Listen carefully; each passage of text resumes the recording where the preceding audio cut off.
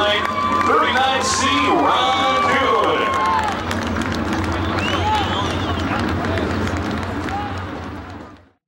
Hey, welcome back to Ron Coon Motorsports. This is video number 10 of the So You Want to Be a Racing series, tire maintenance.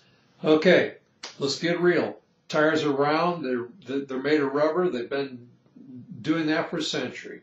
Okay, but if you want to go racing, if you want to race up front, you gotta have good tires. That usually means new tires. And you know, I know we can't all afford new tires, but you can't race on crap tires. Okay, plain and simple. So you at least got to start out with something decent, because if you don't, you're just going to be chasing handling problems for the rest of your career, period. Okay, bad tires make you make bad decisions when it comes to adjusting a chassis. That's just all there is to it. So get some new tires, all right? Now, after that, sure, they're going to start to, you know, they're going to get worse and worse as the weeks go on. So there are a few things that you can do to make those doggone expensive racing tires last. And you know, it really doesn't make any difference what kind of a car you're running, what kind of durometers you're running. The common sense is all the same, okay? So, first of all, there's just some things you got to check every week. It's just like the rest of your race car. You know, I just love guys that every week, man, they set the valves, they check the timing, they check the water, they put them up on scales, take all the shocks off, you know, even take them and have them checked. And they leave the tires there. Okay, then they go, geez, I can't get thing handling. So they start jacking around stuff.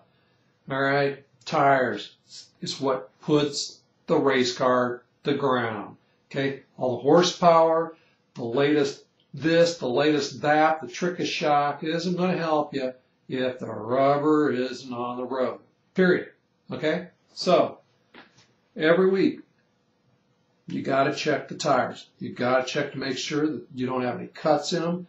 I don't care if you've been in an accident or rubbed anybody or not. You'd be surprised what kind of crap is out on a track. Just walk around one time. You're going to find out. Second of all, put caps on your valve stems, especially you dirt guys. I mean, come on. You dirt guys, you're just like me. You set an air pressure and you go out in the hot laps and you run an air pressure. Then you change it and you go out and you run the heat and then you change for the feature. All it takes is a little tiny clod to stick that valve partially open, and you know what's going to happen?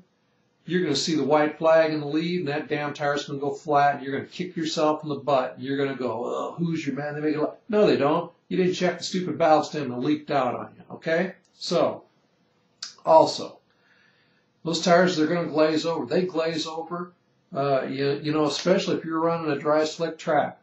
If you go out and you run 5 laps, 10 laps, whatever hard, and then you have a caution, especially on a cool night, and you run about 10 more laps and they cool down, hey, you know, all tires glaze over, some worse than others, you know, but I'm not even going to get into that argument, okay, about, oh, Hoosiers glaze more than Americans, or, you know, but they all do, all right? So, every week, you have got to grind the tires down. And a lot of guys are going to go, God, Ron, man, them things are expensive. You know, they're $100 plus. I can't afford to be taking rubber off. Well, the thing is, what's there isn't doing you any good, buddy. Okay? First of all, the rubber's glazed over. Second of all, if you got a good handling race car, you're just going to round the edges of the blocks or the tread down. If you got a bad handling race car, you're going to chew them up. Okay? So when you grind them, that brings that block or that tread edge back to sharp. Okay? And that's what you need. You know, it's pure and simple. If the track's soft, you know, and you got a sharp edge, it's going to really, really chew into that surface. You're going to really go. And if it's dry slick, you just need that much more tread on the track. So grinding them is beneficial to you. And you're going to find that if you grind these tires, that your tires are going to last a lot longer.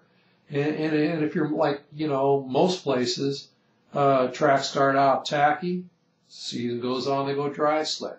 Okay? So when they're tacky, you need that tread depth. Man, the more you can get down into that surface, the better off you are. But once you hit dry slick season, all the tread in the world isn't going to do you any good because it's trying to chew into a concrete block. The only thing is that once you get to a point of you get the tread depth really short, the tires will heat up. Okay, you're going to have problems that way. But if you're running tires like that and you can't afford new, then you need to get into slot car racing or something because this isn't your deal. All right. So with that said, we're going to go out in the shop and I'm just going to kind of show you how I buzz tires down. The one thing, you know, that I kind of bring up, but I don't, is the harder your tire, the more aggressive you can get with it. As far as grits, or if you're going to use a carbide disc, and even those, they come in kind of like grits. So you got to match the tire with what you're sanding with, or what you're sanding with the tire. It's very important. And, you know, as I'm going to point out, you can't get the thing smoking hot. So let's go out in the shop and we'll grind a few tires, or grind a tire, I guess, in this video. See you at the races. Okay, you've seen guys on TV do it, probably seen it at the track, that type of stuff. But what we're going to do is we're going to scuff these tires, grind them, sand them, whatever you want to call them. They make some carbide type discs. They work really great if you're using, like, you know, a EC2, a 55 diameter tire. And since these are so soft, it just tears and shreds them. So what I use is just a palm sander, you know, like so, with a 60 grit hookah type disc. And basically, you just want to knock off that outer glaze. Even if these don't look like they're glazed, they glaze over. So what you're trying to do is bust that surface, give it a little more surface area, and get it down to some fresh rubber. Now the biggest mistake most people make is they just go to town on this thing. You see those guys out in the pits. Next time you see a guy out in the pits going, and the smoke's just flying, think about that. Okay? All that guy's doing is reheating that tire up, and it's glazing back over. He's actually doing more damage than he's doing good. So whether you're using one of those, you know, carbide deals, or this, or say even like a 6-inch disc on a grinder, you want to keep the speed down so it doesn't smoke. You don't want to get this tire hot, because that's what's caused the problem you're trying to get rid of. So that's what I do. Just put the car up on stands, get it neutral, do as big an area as you can at once, you know, so that you're not making chop, chop, chop, chop. We do this to the backs. We also do it to the fronts. You want to do this before you set the car up too, because every little pit, you know, counts.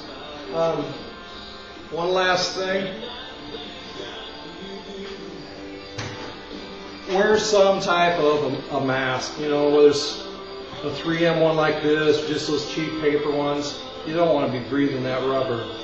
So, here we go.